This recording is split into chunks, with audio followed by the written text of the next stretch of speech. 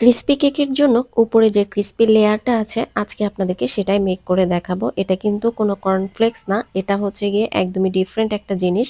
তো প্রথমেই আমি এখানে রুম টেম্পারেচারে থাকা 50 গ্রাম বাটার খুব ভালো করে একটু হুইক্স করে নিয়েছি। তারপরে দিয়ে দিয়েছি 40 গ্রাম পরিমাণে আইসিং সুগার, সেটা দিয়েও খুব ভালো করে একটু হুইক্স করে নিয়ে তারপরে 50 গ্রাম পরিমাণে এগ হোয়াইট মিক্স করতে হবে। এই এগ হোয়াইটটা আমি দুইবারে মিক্স করছি, আপনারা ভিডিওতে ঠিক যেভাবে দেখতে পাচ্ছেন ঠিক সেভাবে খুব ভালো করে এটাকে মিক্সিং করার পরে এখানে 60 গ্রাম পরিমাণে রেগুলার যে ময়দাটা আমরা ইউজ করি কেকের জন্য সেই ময়দাটাই আমি এখানে নিয়ে নিয়েছি আর খুব ভালো করে এটাকে মিক্স করে নিচ্ছি আমাদের ব্যাটারটার সাথে।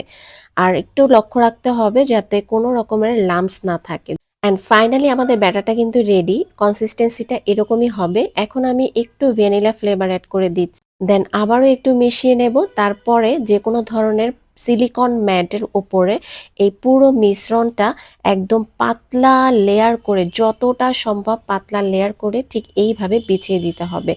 এবং এটা কিন্তু শুধুমাত্র কোনো সিলিকন ম্যাটের উপরই করতে হবে, অন্য কোনো কিছুর উপর করলে চলবে না। এখন এটাকে আমি 170 ডিগ্রি সেলসিয়াস তাপমাত্রায় 8 মিনিটের জন্য বেক করে নেব। এবং ওভেনে থাকা যে মিডল র্যাকটা আছে সেই র্যাকটাতেই আমরা রেখে এটাকে বেক করব। 8 মিনিট পরে এটাকে আপনি বের করে জাস্ট 2 মিনিটের জন্য একটু ঠান্ডা হতে দেবেন। তারপরে এভাবে উঠিয়ে জাস্ট ভেঙে ভেঙে নিলেই হবে। এবং দেখেন এটা যে কি পরিমাণে ক্রিস্পি হয়েছে।